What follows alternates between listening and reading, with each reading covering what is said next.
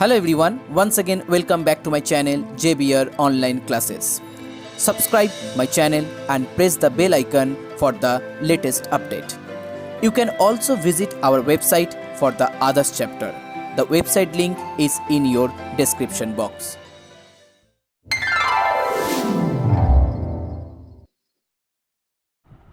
So hello everyone, now इस video में हम स्टार्ट करेंगे एक्सरसाइज 4G. सो 4G का यहाँ पहला प्रॉब्लम है 2x² प्लस 3x प्लस 1. मुझे यहाँ पर फैक्टराइज करना है. इस चैप्टर में और इस एक्सरसाइज में मुझे फैक्टराइज करने के लिए यहाँ पर मुझे middle term factorization formula apply करना होगा. अब क्या होता है मिडिल टर्म फैक्टराइजेशन? देखिए आपके पास यहाँ पर जो x² टर्म है वो x² टर्म का आपको पहले कोफिशिएंट देखना है. तो x² टर्म का कोफिशिएंट यहाँ पर दिया हुआ है 2 और लास्ट में जो कांस्टेंट नंबर होगा यहाँ पर कांस्टेंट नंबर 1 है. इन दोनों को आपको पहले मल्टीप्लाई करना होगा. सो 2 इंटू 1 मल्टीप्लाई करने के बाद 2 हो गया. अब मुझे 2 को फैक्टराइज करना है. फैक्टराइज करने के बाद 2 का आंसर आएगा 1 एंड 2. ओके, 2 को फैक्टराइज करके आपको दो नंबर मिला है 2 एंड 1. अब आपका जो मिडिल टर्म है दैट इज 3x. अब 2 एंड 1 दोनों को मिला के आपको 3 क्रिएट करना है. सो 2 प्लस 1 दैट 1 इक्वल टू 3. आपको यहाँ पर एक चीज ध्यान रखना होगा, यहाँ पर एडिशन और सब्ट्रैक्शन दोनों में कोई एक आपको चूज करना है. जिस प्रॉब्लम में अगर एडिशन होगा उस प्रॉब्लम में सब्ट्रैक्शन नहीं होगा, जहाँ पर सब्ट्रैक्शन होगा वहाँ पर एडिशन नहीं होगा. मल्टीप्लिकेशन आप एक बार दो बार अपने हिसाब से 3-4 बार जितना हो सके आप कर सकते हैं, बट एडिशन और सब्ट्रैक्शन के बीच में एक की आपको चूज करना होगा और उसी से आपको आंसर करना होगा. तो यहाँ पर देखिए 3x दिया हुआ है, इसीलिए हम यहाँ पर 2x² लिखेंगे. 3 को हम लिखेंगे 2 प्लस 1 x प्लस 1. आप यहाँ पर ब्रैकेट को ओपन करके हम डायरेक्ट लिखेंगे 2x प्लस x प्लस 1. आप चाहे तो फर्स्ट लाइन के बाद थर्ड लाइन डायरेक्ट लिख सकते हैं. अगर आपको थोड़ा सा कंफ्यूजन है तो सेकेंड लाइन लिख के फिर थर्ड लाइन लिख सकते हैं. अब यहाँ पर आपके पास दो ग्रुप में इसको डिवाइड करना होगा. फर्स्ट ग्रुप से हम 2x कॉमन लेंगे तो x प्लस 1 आ जाएगा. दूसरा ग्रुप से कोई कॉमन नहीं है इसलिए इसका मतलब 1 कॉमन है, तो 1 कॉमन लेंगे x प्लस 1 हो जाएगा. यहाँ पर भी आपको एक चीज नोटिस करना है, जो ब्रैकेट के अंदर जो टर्म है ये टर्म हमेशा इक्वल रहेगा. ओके, यहाँ पर भी x प्लस 1 है तो नेक्स्ट में भी x प्लस 1 ही होगा. वहाँ पर x माइनस 1 बा x प्लस अदर्स कोई नंबर नहीं होगा. तो आपका फाइनल आंसर हो जाएगा x प्लस 1 और जो रिमेनिंग टर्म है 2x और यहाँ पर प्लस 1 उसको आप दूसरा ब्रैकेट में लिखेंगे. तो 2 या 3 स्टेप यहाँ पर होता है. पहले आपको क्या करना है, पहले आपको कोफिशिएंट ऑफ x² और लास्ट में जो कांस्टेंट नंबर होता है उसको मल्टीप्लाई करना है. फिर उसको फैक्टराइज करने के बाद फैक्टर से आपको जो मिडिल टर्म है उसको क्रिएट करना है. वहाँ पर एडिशन सब्ट्रैक्शन कोई भी एक आपको चूज करना होगा. मल्टीप्लिकेशन आप आपके हिसाब से 2-3 बार कर सकते हैं. फिर आपको दो ग्रुप में इसको डिवाइड करना है, वहाँ से कॉमन लेना है और लास्ट में आपका आंसर मिल जाएगा. Next one number 2, 3x² 17x 10. तो मेरे पास यहाँ पर 3 है और यहाँ पर 10 और 3 30 होता है. इसको हम फैक्टराइज करेंगे 15, फिर यहाँ पर 3 5 15. तो मेरे पास 5 3 और 2 दिया हुआ है. अब 5 3 और 2 इसको हिसाब करके मुझे 17 लिखना है. तो हम यहाँ पर देखेंगे 5 इंटू 3 15 और उसके साथ अगर 2 ऐड करेंगे तो 17 हो जाएगा. अब देखिए एक बार ही मैंने यहाँ पर एडिशन किया है और मल्टीप्लिकेशन भी एक बार किया है. सो 3x² मैं डायरेक्ट लिखूंगा यहाँ पर 15x प्लस 2x प्लस 10. अब फर्स्ट ग्रुप से हम यहाँ पर 3x कॉमन लेंगे सो x प्लस 5. सेकेंड ग्रुप से हम यहाँ पर 2 कॉमन लेंगे तो x प्लस 5. इसका मतलब मेरा फाइनल आंसर आ जाएगा x प्लस 5 और the remaining numbers 3x plus 2 मैं दूसरे एक ब्रैकेट में लिखूंगा.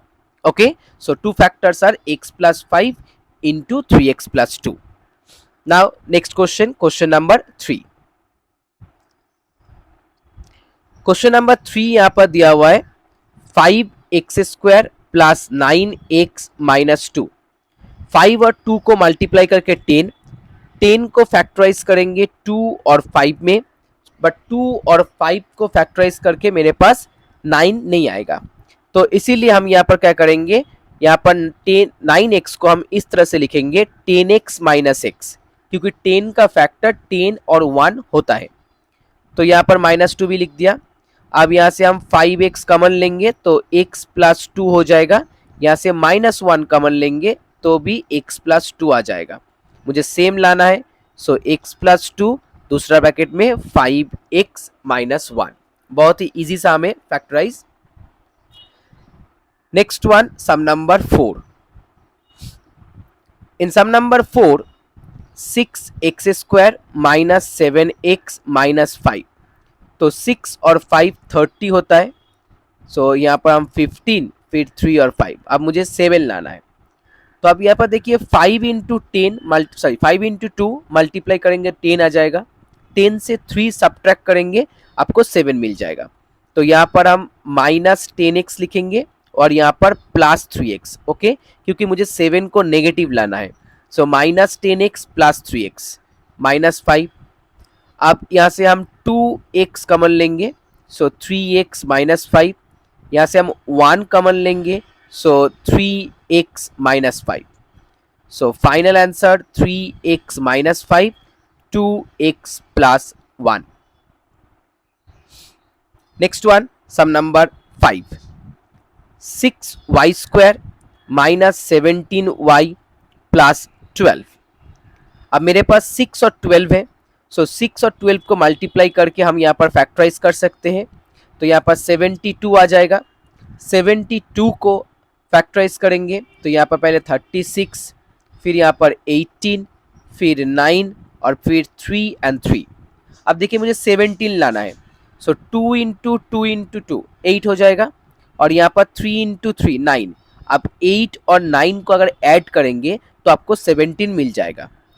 तो हम यहाँ पर लिखेंगे 6y square minus 9y minus 8y plus 12, okay. 6y square minus 9y minus 8y plus 12। अब देखिए 6y स्क्वायर और 9y, यहाँ से हम कॉमन लेंगे 3y, तो हो जाएगा यहाँ पर 2y माइनस 3। और नेक्स्ट से हम कॉमन लेंगे 4, तो यहाँ पर 2y माइनस 3। सो आपका फाइनल आंसर मिल गया 2y माइनस 3 और 3y minus 4, okay.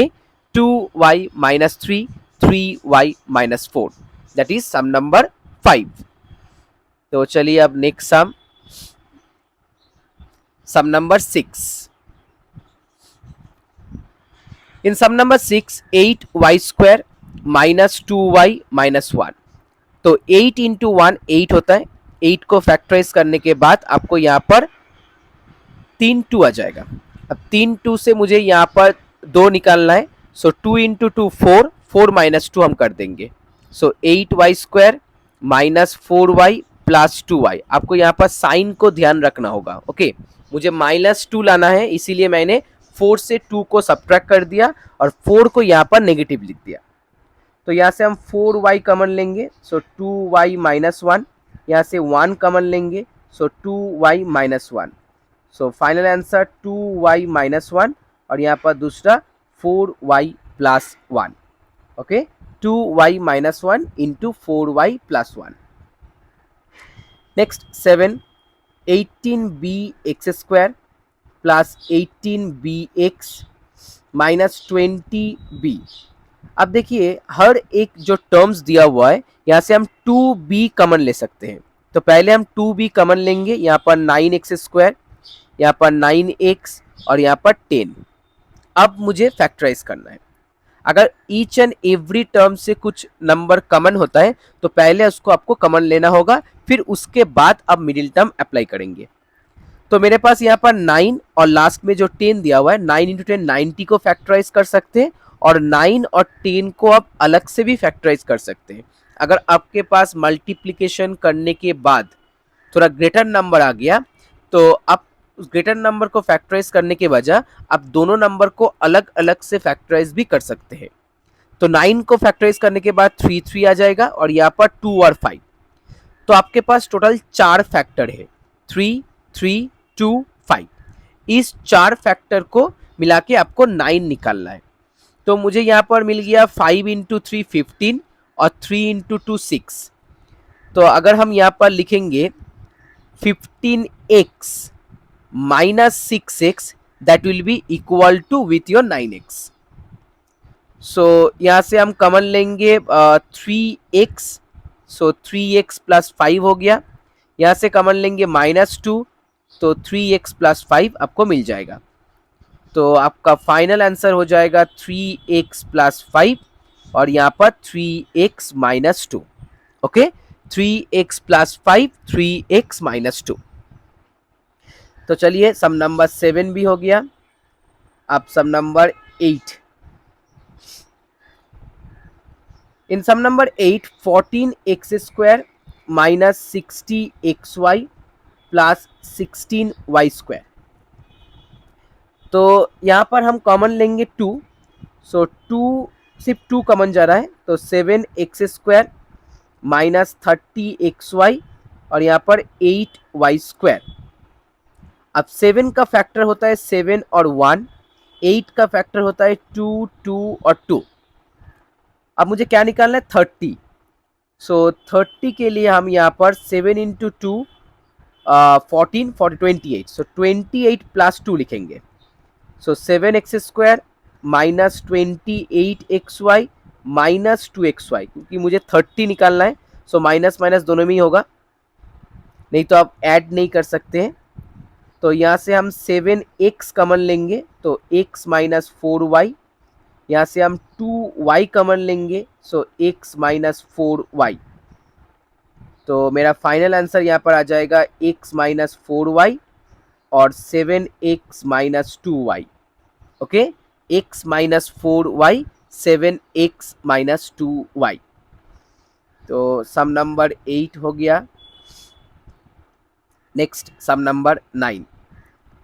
30x² plus 103xy minus 7y²।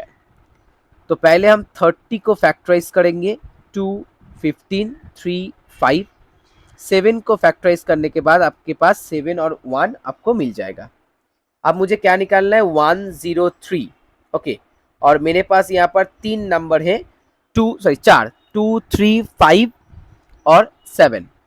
सो अगर 7 से 5 को मल्टीप्लाई करेंगे तो आ जाएगा 35। 35 into 3 105।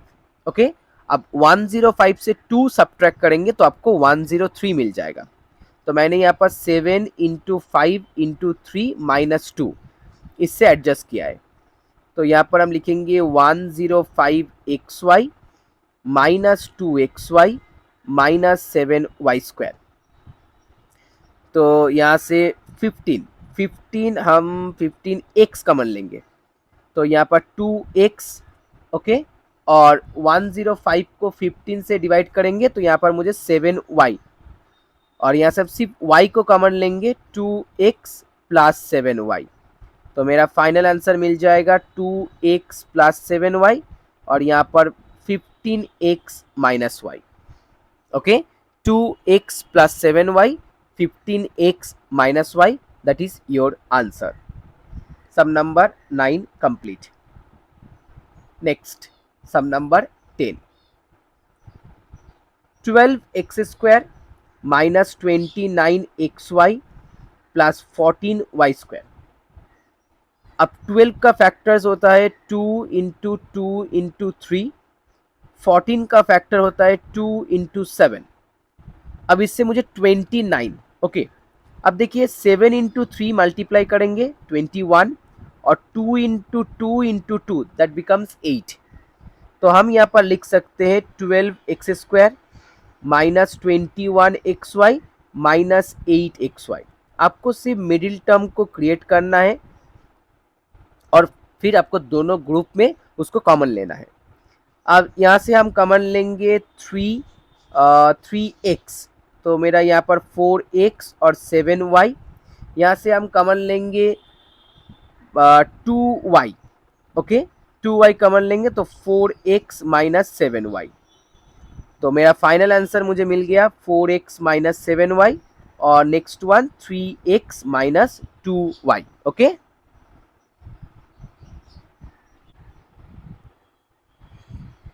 Now next one, sum number 11, 15 plus p into 7 minus 2p।